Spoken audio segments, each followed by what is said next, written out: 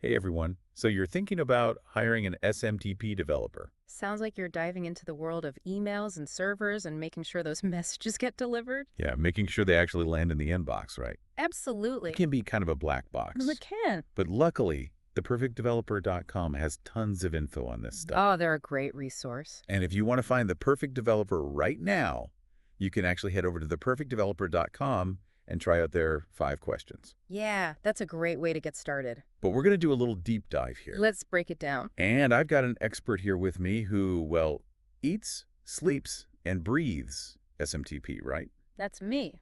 So to kick things off, what is it about SMTP developers that makes them so different from like your typical, I don't know, web developer or something? Well, you think about it, most developers are building websites or apps. Yeah. But SMTT developers, they're like the email infrastructure specialists. Okay. They're the ones who really understand how to get those emails delivered reliably and securely.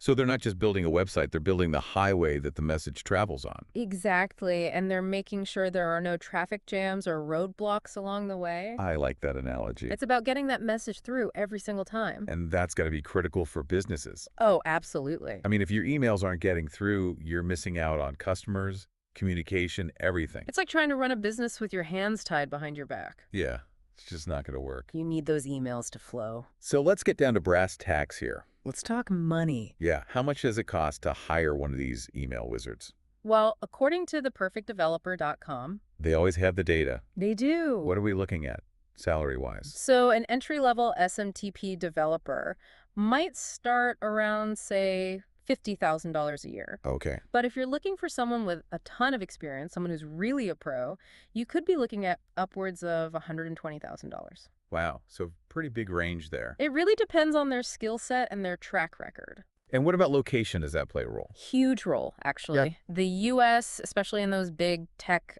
hubs, you're going to see higher salaries. Makes sense. Europe, it's a bit of a mixed bag. Western Europe might be similar to the US, but Eastern Europe, a little bit more affordable. So there are some cost considerations if you're thinking about, hiring overseas. Definitely something to keep in mind. But what if you don't need a full-time SMTP developer? What if you've just got a short-term project, maybe something specific? Then you might want to consider a freelancer. Okay, so talk to me about freelancers. What are their rates like? Well, hourly rates can range from like $25 an hour to $100 an hour, sometimes even more, depending on their expertise.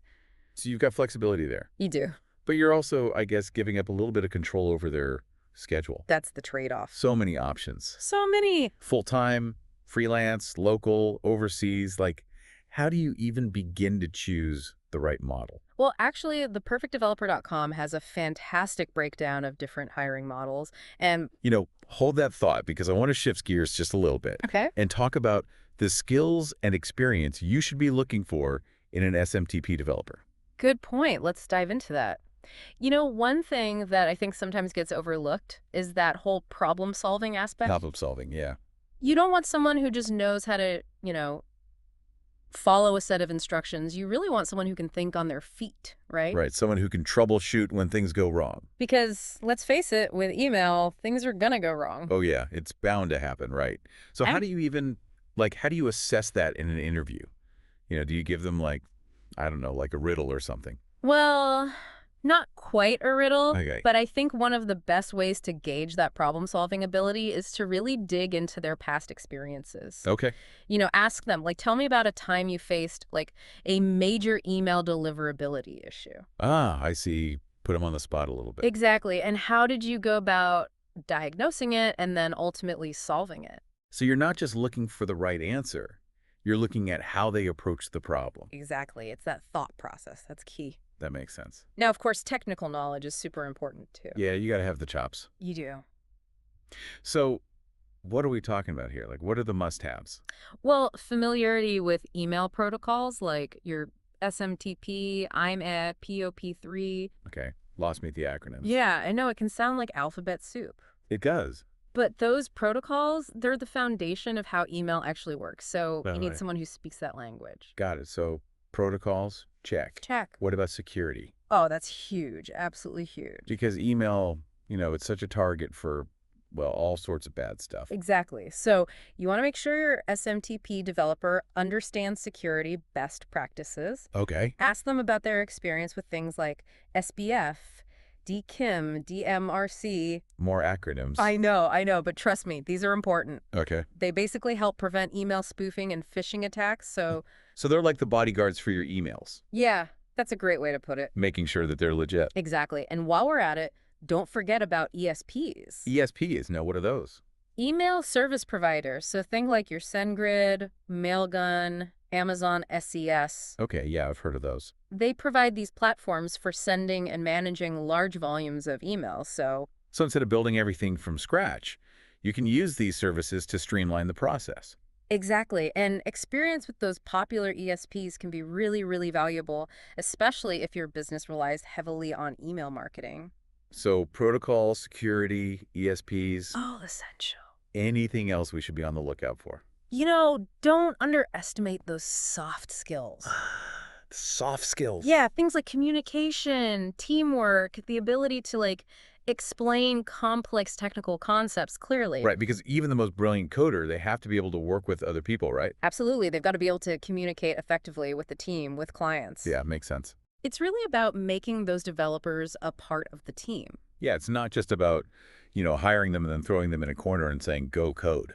Right. You want to create a culture of collaboration. Right, yeah. Make sure everyone feels comfortable sharing ideas, asking questions, working together. So teamwork makes the dream work. Right. Exactly. But how do you actually do that? How do you build that kind of environment, especially in a field that, could sometimes feel very individualistic, right? Well, theperfectdeveloper.com, they talk a lot about establishing clear communication channels. Communication channels, okay. So, regular team meetings, project updates. Keep everyone in the loop. Exactly. Even just having a dedicated space for online discussions. So like a Slack channel or something. Yeah, something like that. Right. But it's not just about the tools, right? Right. It's about encouraging that open and honest communication. So creating a space where people feel safe to speak up, share their ideas. Absolutely. Even disagree, respectfully, of course. Yeah, because disagreements are going to happen, They are. especially when you've got, a team of really smart people working on complex stuff. For sure. And when those disagreements do arise, having a process for conflict resolution, that's key. Okay, so what are your tips for, handling those tricky situations? Well, theperfectdeveloper.com, they really emphasize active listening and empathy. Active listening and empathy. It's about really understanding each other's perspectives, even if you don't agree with them. Stepping into their shoes a little bit. Exactly. And, sometimes if a conflict can't be resolved through that open dialogue, bringing in a neutral third party to mediate can be helpful.